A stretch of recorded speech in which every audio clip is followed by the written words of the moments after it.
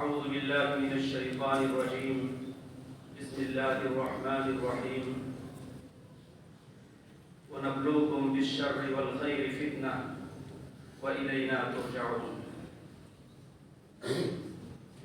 اللہ رب العزت کا ارشاد ہے کہ ہم امتحان کے طور پر تم کو خیر اور شر کے ذریعے آزماتے ہیں اور تم ہماری ہی طرف لوٹائے جاؤ گے. حضرات، یہ دور فتنوں کا اور آزمائشوں کا دور ہے.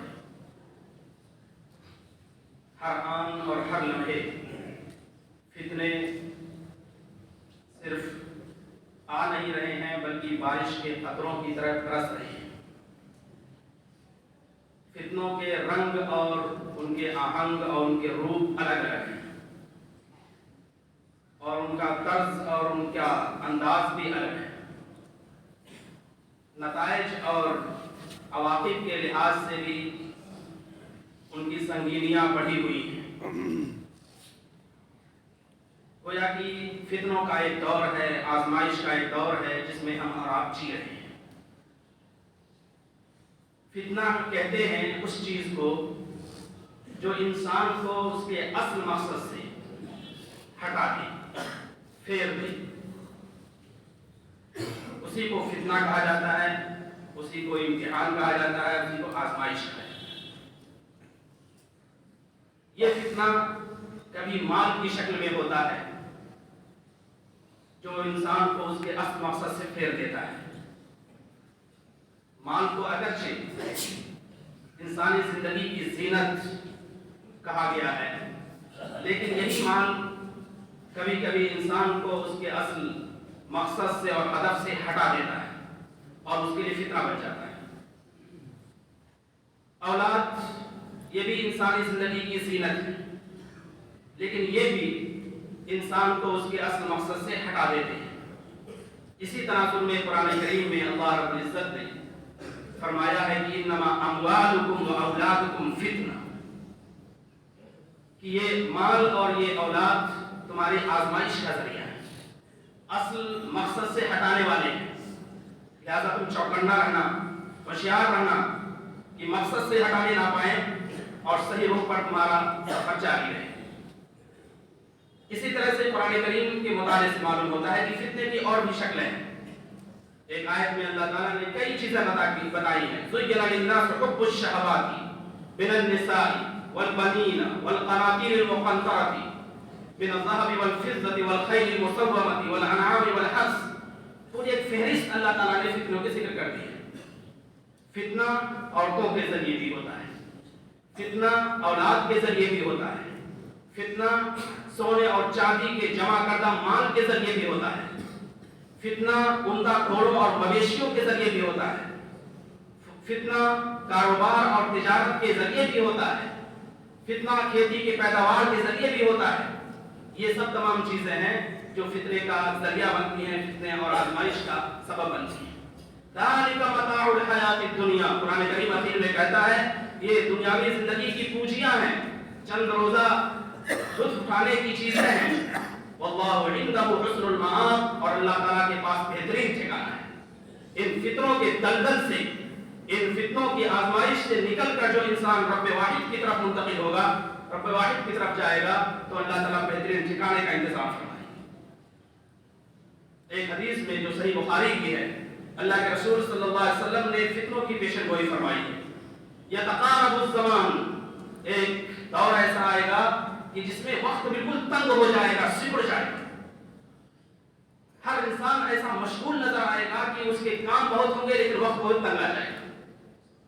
اور یقبض العلم، علم کو اٹھا لیا جائے گا. اور علم کو اٹھانے کا مطلب ایک دوسری حدیث میں یہ واضح کیا گیا ہے کہ علماء کو اٹھا لیا جائے گا، اہل علم کو اٹھا لیا جائے گا. وَيَقْصُرُ الْحَرَجِ، اور قتل عام ہو جائے گا. وَيُلْقَى الشُّحَّ، اور لالچ کو ڈانپ دیا جائے گا، حرص اور طمع کو فطرت میں اڑیل دیا جائے گا. یہ وہ چیزیں ہیں جو معاشرے میں پائی جائیں گی. گویا رسول پاک علیہ الصلوۃ والسلام نے ان چیزوں کی طرف اشارہ کر دیا کہ یہ اس طرح کے حالات ہوں گے کہ زمانہ ایسا ہوگا کہ بالکل سکڑ جائے گا، کام بہت زیادہ ہوں گے، وقت کم ہوں گے۔ اور اس کا دوسرا مطلب یہ ہوگا فتنے بہت تیزی کے ساتھ آئیں گے، فتنہ بہت تیزی کے ساتھ پھیلے گا، اور ایسا پھیلے گا کہ جو پہلے گھنٹوں میں اور پہلے 24 گھنٹے میں یا پہلے دنوں میں اور ہفتوں میں پھیلتا تھا، وہ سیکنڈوں اور منٹوں میں پھیلے گا۔ یہ زمانہ سوشل میڈیا کا ہے، سیکنڈوں میں ایک فتنہ اور ایک آزمائش سارے لوگوں کے لیے سردرد اور پریشانی کا ذریعہ ہو جاتی ہے۔ تو یہ رسول پاک علیہ الصلوۃ والسلام کی پیشن گوئی ہے۔ اسی طرح سے آپ صلی اللہ علیہ وسلم نے مزید اور فتنوں کی طرف اشارہ فرمایا کہ فتنہ ایسا ہوگا کہ اس میں انسان کو دین پر عمل کرنا ایسا ہوگا جیسے ہاتھ میں انگارے رکھنا، ہاتھ میں انگارے رکھنا، دین کی اور شریعت پر عمل کرنا ایسا ہاتھ میں انگارے رکھنا۔ صورتحال یہی ہے، لیکن کامیابی انہی لوگوں کے لیے ہے جو نازک حالات میں بھی دین کو سربلند رکھتے ہیں اور ایمان کے تقاضوں پر عمل کرتے ہیں۔ رسول پاک علیہ الصلوۃ والسلام نے جہاں فتنوں کی نشاندہی فرمائی اور ان کی وضاحتیں فرمائی ہیں، انہی حدیثوں میں وضاحت فرمائی ہے کہ فتنے سے بچنے کی تدبیریں کیا ہیں، کیسے فتنے سے بچا جائے۔ فتنے جب آئیں تو سب سے پہلا بچنے کا وسیلہ اور ذریعہ یہ ہے کہ اللہ کی پناہ مانگی جائے۔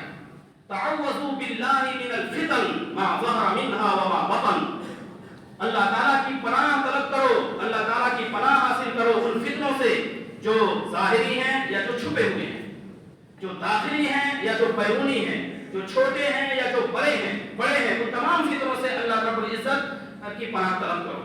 اور انسان جب اللہ تعالیٰ کی پناہ میں آئے گا، اللہ تعالیٰ کا سہارا لے گا، تو اللہ تعالیٰ تو ہے ہی رب العالمین، سارے جہان کا پالنہار ہے، وہ عافیت دے گا، امن دے گا اور سکون عطا فرمائے گا۔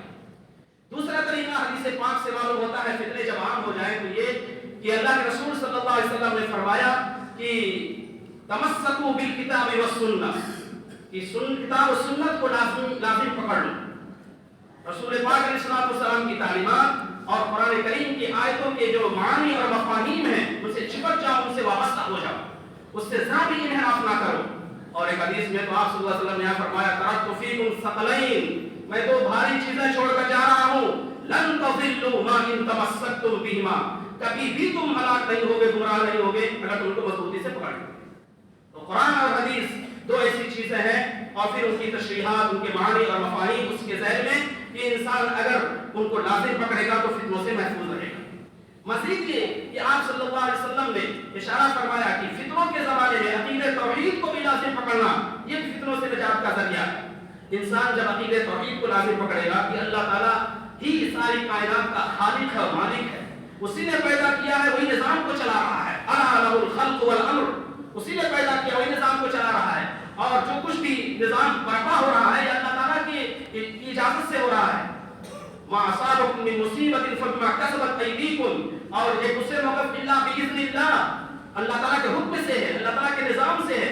ومن یؤمن باللہ یہدی قلبہ، جو اللہ پر ایمان رکھے گا، عقیدہ توحید کو مضبوطی سے پکڑے گا تو اللہ تعالیٰ اس کی رہنمائی فرمائے گا۔ تو عقیدہ توحید پر جمنا فتنوں سے محفوظ رہنے کا ذریعہ ہے۔ یہ رسول پاک علیہ الصلوۃ والسلام کی تعلیم ہے۔ اسی کے ساتھ ساتھ جماعت کو لازم پکڑنا، جماعت کے لازم پکڑنے سے انسان فتنوں کی یورش سے، اس کے حملوں سے محفوظ رہتا ہے، اور پھر اللہ تعالیٰ کی طرف سے اس کی عنایتیں ہوتی ہیں۔ مزید یہ کہ استغفار اور توبے کا بھی اہتمام ہو تو اللہ رب العزت کی طرف سے خاص توجہ اور خاص عنایت کا وہ مستحق ہوتا ہے۔ اللہ تعالیٰ موجودہ زمانے کے جو فتنے ہیں ان کو سمجھنے اور سنت اور قرآن کی روشنی میں ان سے محفوظ رہنے کی توفیق عطا فرمائے۔ وآخر دعوانا الحمدللہ۔